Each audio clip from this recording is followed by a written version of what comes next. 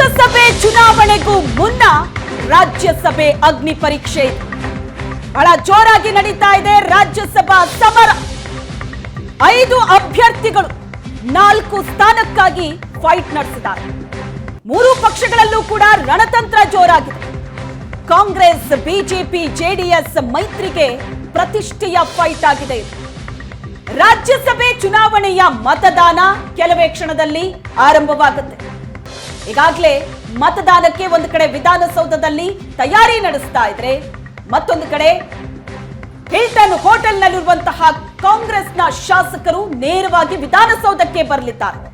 ಒಟ್ಟಿನಲ್ಲಿ ರಾಜ್ಯಸಭಾ ಚುನಾವಣೆ ಬಹಳಷ್ಟು ಕುತೂಹಲಕ್ಕೆ ಕಾರಣವಾಗ್ತಾ ಇದೆ.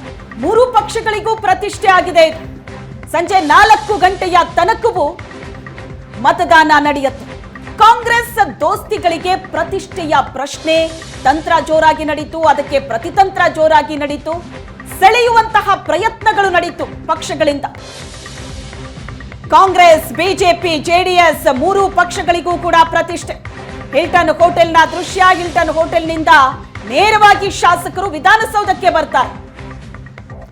ಇಲ್ಲಿ ಪ್ರಮುಖವಾಗಿ ಸವಾಲಾದದ್ದೇನಂತಂದ್ರೆ 4 ಸ್ಥಾನಗಳಿಗೆ 4 ಜನ ಅಭ್ಯರ್ಥಿಗಳು ನಿಂತಿದ್ರೆ ಅಂತಹ ಸಮಸ್ಯೆಗಳಾಗ್ತಾ ಇರಲಿಲ್ಲ, ಸಂಖ್ಯಾಬಲ ಇದ್ದವ್ರು ಗೆದ್ದು ಬಿಡ್ತಿದ್ರು. ಆದ್ರೆ 4 ಸ್ಥಾನಕ್ಕೆ 5ನೇ ಅಭ್ಯರ್ಥಿಯನ್ನು ಕಣಕ್ಕಿಳಿಸಲಾಯಿತು. ಎನ್ಡಿಎ ಅಭ್ಯರ್ಥಿಯಾಗಿ ಕುಪೇಂದ್ರ ರೆಡ್ಡಿ ಅವರು ಅಖಾಡಕ್ಕಿಳಿತಾ ಇದ್ದಂತೆ ರೋಚಕತೆ ಹೆಚ್ಚಾಯಿತು ಈ ರಾಜ್ಯಸಭಾ ಚುನಾವಣೆಯಲ್ಲಿ. ಹಾಗಾಗಿಯೇ ಈಗ ತಮ್ಮ ಶಾಸಕರನ್ನ ತಮ್ಮಲ್ಲೇ ಹಿಡಿದಿಟ್ಟುಕೊಳ್ಳುವ, ತಮ್ಮ ಅಭ್ಯರ್ಥಿಗೆ ಅವರಿಂದ ಮತ ಹಾಕಿಸುವಂತಹ ಪ್ರಯತ್ನಕ್ಕೆ ಈಗ ಪಕ್ಷಗಳು ಭಾರಿ ದೊಡ್ಡ ಸರ್ಕಸ್ ಅನ್ನ ನಡೆಸ್ತಾ ಇವೆ. ದೃಶ್ಯಗಳನ್ನು ನೋಡ್ತಾ ಇದೀವಿ.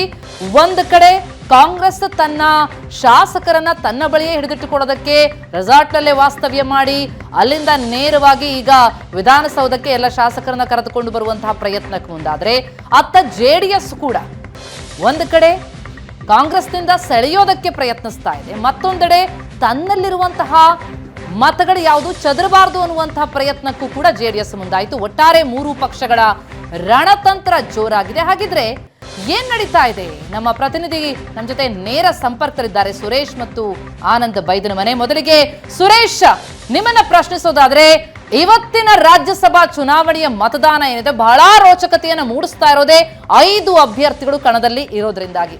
ಹೇಗಿದೆ ಅಲ್ಲಿ ಪ್ರಮುಖವಾಗಿ ಮೂಡ್ ಯಾವ ರೀತಿಯಲ್ಲಿ ಕಂಡು ಬರ್ತಾ ಇದೆ? ರಣತಂತ್ರಗಳು ಇನ್ನೂ ಕೂಡ ಮುಂದುವರಿತಾ ಇದೆಯಾ ಹೇಗೆ ಅಂತ? ಪ್ರತಿಮಾ, ಕುಪೇಂದ್ರ ರೆಡ್ಡಿ ಅವರ ನಾಮಪಲ್ಲಿಕೆ ಸಲ್ಲಿಕೆಯೊಂದಿಗೆ ಈ ಒಂದು ಚುನಾವಣೆ ಒಂದಷ್ಟು ರಂಗೇರಿದೆ ಅಂತಾನೆ ಹೇಳ್ಬೋದು. ಯಾಕೆ ಅಂತಂದ್ರೆ ಸಂಖ್ಯಾಬಲದ ಕೊರತೆ ಇರೋದು ಮೇಲ್ನೋಟಕ್ಕೆ ಬಹಳ ಸ್ಪಷ್ಟವಾಗಿ ಕಾಣಿಸ್ತಾ ಇದೆ. ಕುಪೇಂದ್ರ ರೆಡ್ಡಿ ಅವರು ಗೆಲ್ಲಬೇಕು ಅಂತಂದ್ರೆ 5 ಹೆಚ್ಚುವರಿ ಮತಗಳು ಬೇಕು. ಬಿಜೆಪಿ ಬಳಿ ಉಳಿದ ಮತಗಳು ಮತ್ತು ಜೆಡಿಎಸ್ ನ ಮತಗಳು ಸೇರಿದ್ರೂ ಕೂಡ ಇನ್ನೂ 5 ಮತಗಳ ಅವಶ್ಯಕತೆ ಕುಪೇಂದ್ರ ರೆಡ್ಡಿ ಅವರಿಗೆ ಇದೆ. ಪ್ರಮುಖವಾಗಿ ಮೊದಲನೇದಾಗಿ ಹೇಳಲಾಗ್ತಾ ಇತ್ತು, ಪಕ್ಷೇತರ ಅಭ್ಯರ್ಥಿಗಳೆಲ್ಲರೂ ಕೂಡ ಕುಪೇಂದ್ರ ರೆಡ್ಡಿ ಅವರನ್ನ ಬೆಂಬಲಿಸ್ತಾರೆ ಅನ್ನುವಂತ ಮಾತು ಕೇಳಿ ಬರ್ತಾ ಇತ್ತು. ಆದ್ರೆ ಇತ್ತೀಚೆಗೆ ನೋಡ್ತಾ ಇದ್ರೆ ಎಲ್ಲಾ ಪಕ್ಷೇತರ ಅಭ್ಯರ್ಥಿಗಳು, ಶಾಸಕರು ಕೂಡ ಕಾಂಗ್ರೆಸ್ನ ಜೊತೆಯಲ್ಲಿರುವಂತೆ ಸದ್ಯಕ್ಕೆ ಕಂಡು ಬರ್ತಾ ಇದೆ. ಜನಾರ್ದನ ರೆಡ್ಡಿ ಅವರು ಮೊದಲಿಗೆ ಬಿಜೆಪಿ ಜೊತೆಯಲ್ಲಿ ಇರುವಂತೆ ಕಾಣಿಸ್ಕೊಳ್ತಾ ಇದ್ರು ಕೂಡ ಅಂತಿಮ ಕ್ಷಣದಲ್ಲಿ ಅವರಿದೀಗ ಕಾಂಗ್ರೆಸ್ನ ಜೊತೆ ಹೆಚ್ಚಾಗಿ ಕಾಣಿಸ್ಕೊಳ್ತಾ ಇದ್ದಾರೆ, ಅವರ ಪರವಾಗಿ ಮಾತಾಡ್ತಾ ಇದ್ದಾರೆ. ಹಾಗಾಗಿ ಜನಾರ್ದನ್ ರೆಡ್ಡಿ ಅವರು ಕೂಡ ಕಾಂಗ್ರೆಸ್ನ ಅಭ್ಯರ್ಥಿಗಳಿಗೆ ಮತವನ್ನ ಹಾಕುವಂತಹ ಸಾಧ್ಯತೆ ಇದೆ ಅಂತ ಹೇಳಲಾಗ್ತಾ ಇದೆ. ಇದೆಲ್ಲದರ ನಡುವೆ ಕುಪೇಂದ್ರ ರೆಡ್ಡಿ ಅವರು ತಮಗೆ ಬೇಕಾದಂತಹ ಹೆಚ್ಚುವರಿ ಮತಗಳನ್ನ ಯಾವ ರೀತಿ ಪಡಿತಾರೆ ಅನ್ನುವಂಥದ್ದು ಸದ್ಯದ ಕುತೂಹಲದ ಪ್ರಶ್ನೆ. ನಿನ್ನೆ ಸಾಕಷ್ಟು ಹೊತ್ತು ಕುಮಾರಸ್ವಾಮಿ ಅವರು, ಆರ್ ಅಶೋಕ್ ಅವರು, ವಿಜೇಂದ್ರ ಅವರು ಖಾಸಗಿ ಹೋಟೆಲ್ನಲ್ಲಿ ಒಂದು ಸಭೆಯನ್ನ ಮಾಡಿ ಚರ್ಚೆ ಮಾಡ್ತಾರೆ. ಅಲ್ಲಿ ಕುಪೇಂದ್ರ ರೆಡ್ಡಿ ಅವರು ಕೂಡ ಇರ್ತಾರೆ. ಏನೆಲ್ಲ ಸ್ಟ್ರಾಟಜಿ ಮಾಡಬೇಕು ಗೆಲುವಿಗೆ, ಅಥವಾ ಯಾರನ್ನ ಸೆಳೆಯಬೇಕು ಅನ್ನುವಂತ ಒಂದಷ್ಟು ಮಾತುಕತೆಗಳು ಕೂಡ ನಿನ್ನೆಯ ಸಭೆಯಲ್ಲಿ ನಡೆದಿದೆ. ಒಂದು ಕಡೆ ಕಾಂಗ್ರೆಸ್ನ ಎಲ್ಲಾ ಶಾಸಕರನ್ನ ಖಾಸಗಿ ಹೋಟೆಲ್ ನಲ್ಲಿ ಹಿಡಿದಿಟ್ಟುಕೊಳ್ಳುವಂತ ಪ್ರಯತ್ನ ಮಾಡಲಾಗಿದೆ. ಅವರೆಲ್ಲರೂ ಕೂಡ ಈಗಾಗಲೇ ಹೊರಟಿದ್ದಾರೆ, ಬಸ್ ನಲ್ಲಿ ನೇರವಾಗಿ ಬರ್ತಾರೆ. ಇಲ್ಲಿ ಅವರು ಕಾಂಗ್ರೆಸ್ನ ನಾಯಕರು ಸೂಚಿಸಿದಂತ ಅಭ್ಯರ್ಥಿಗೆ ಮತವನ್ನ ಚಲಾವಣೆ ಮಾಡ್ತಾರೆ. ಅಲ್ಲಿಗೆ ಕಾಂಗ್ರೆಸ್ನ ಮತಗಳು ಚದುರಿ ಹೋಗದಂತೆ ನೋಡಿಕೊಳ್ಳುವಂತಹ ಜವಾಬ್ದಾರಿಯನ್ನು ಅವರು ನಿಭಾಯಿಸ್ತಾ ಇದ್ದಾರೆ. ಇದೆಲ್ಲದರ ನಡುವೆ ಕುಪೇಂದ್ರ ರೆಡ್ಡಿ ಅವರಿಗೆ ಬೇಕಾದಂತಹ ಹೆಚ್ಚುವರಿ ಮತಗಳು ಯಾವ ರೀತಿಯಲ್ಲಿ ಸಿಗುತ್ತೆ ಅನ್ನುವಂಥದ್ದು. ಬಿಜೆಪಿ ಅಭ್ಯರ್ಥಿಯಾದಂತಹ ನಾರಾಯಣ್ ಸಾಬ್ ಬಾಂಡ್ಗೆ ಅವರು ಸ್ವಲ್ಪ ಹೊತ್ತಿಗೆ ಮುಂಚೆ ನಮ್ಮ ಜೊತೆಯಲ್ಲಿ ಮಾತಾಡಿದರು. ನಾವಿಬ್ಬರೂ ಕೂಡ ಮೈತ್ರಿ ಅಭ್ಯರ್ಥಿಗಳು, ಈ ಸಲ ಗೆದ್ದು ರಾಜ್ಯಸಭೆಯನ್ನ ಪ್ರವೇಶ ಮಾಡ್ತೀವಿ, ಅವರವರ ಸ್ಟ್ರಾಟಜಿ ಅವರು ಮಾಡ್ತಿದ್ದಾರೆ, ನಾಯಕರು ಅವರ ಸ್ಟ್ರಾಟಜಿಯನ್ನು ಈಗಾಗಲೇ ಮಾಡಿದ್ದಾರೆ ಅನ್ನುವಂತ ಒಂದು ಮಾತನ್ನ ಹೇಳಿದ್ರು.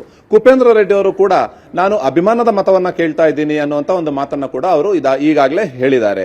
ಹಾಗಾಗಿ ಕುಪೇಂದ್ರ ರೆಡ್ಡಿ ಅವರು ಯಾವ ರೀತಿ ಗೆಲ್ತಾರೆ, ಗೆಲುವಿಗೆ ಏನೆಲ್ಲ ತಂತ್ರಗಳನ್ನ ರೂಪಿಸಿದ್ದಾರೆ ಅನ್ನುವಂಥದ್ದೇ ಸದ್ಯದ ಕುತೂಹಲದ ಪ್ರಶ್ನೆ. ಇನ್ನು ಕೆಲವೇ ಹೊತ್ತಿನಲ್ಲಿ ಅಂದ್ರೆ ಈಗಾಗಲೇ ಮತದಾನಕ್ಕೆ ಸಮಯ ಆರಂಭ ಆಗಿದೆ, ಇನ್ನು ಯಾರು ಕೂಡ ಮತದಾನ ಮಾಡೋದಕ್ಕೆ ಬಂದಿಲ್ಲ. ಇನ್ನು ಸ್ವಲ್ಪ ಹೊತ್ತಿಗೆ ಅಂದ್ರೆ ಈಗಾಗಲೇ ಕಾಂಗ್ರೆಸ್ನ ಎಲ್ಲ ಶಾಸಕರು ಹೋಟೆಲ್ನಿಂದ ಹೊರಟಿದ್ದಾರೆ, ಬರ್ತಾ ಇದ್ದಾರೆ. ಬಿಜೆಪಿ ಮತ್ತೆ ಜೆಡಿಎಸ್ ನ ನಾಯಕರು ಕೂಡ ವಿಧಾನಸೌಧದಲ್ಲಿ ಇಲ್ಲಿ ಆರ್ ಅಶೋಕ್ ಅವರ ಕೊಠಡಿಯಲ್ಲಿ ಕುಳಿತು ಚರ್ಚೆ ಮಾಡ್ತಿದ್ದಾರೆ. ಕುಮಾರಸ್ವಾಮಿ ಅವರು ಕೂಡ ಇದೀಗ ವಿಧಾನಸೌಧಕ್ಕೆ ಬಂದಿದ್ದಾರೆ. ಅವರು ಕೂಡ ಅಶೋಕ್ ಅವರ ಚೇಂಬರ್ ನಲ್ಲಿ ಕುಳಿತು ಮಾತಾಡ್ತಾ ಇದ್ದಾರೆ.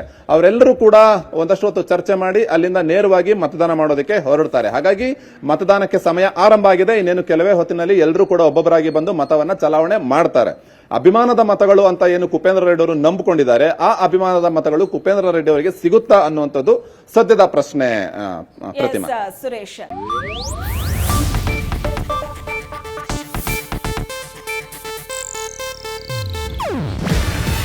ಇದು ಏಷ್ಯಾನೆಟ್ ನ್ಯೂಸ್ ನೆಟ್ವರ್ಕ್ ಪ್ರಸ್ತುತಿ. ನೀವು ನೋಡ್ತಿದ್ದೀರಾ ಏಷ್ಯಾನೆಟ್ ಸುವರ್ಣ ನ್ಯೂಸ್.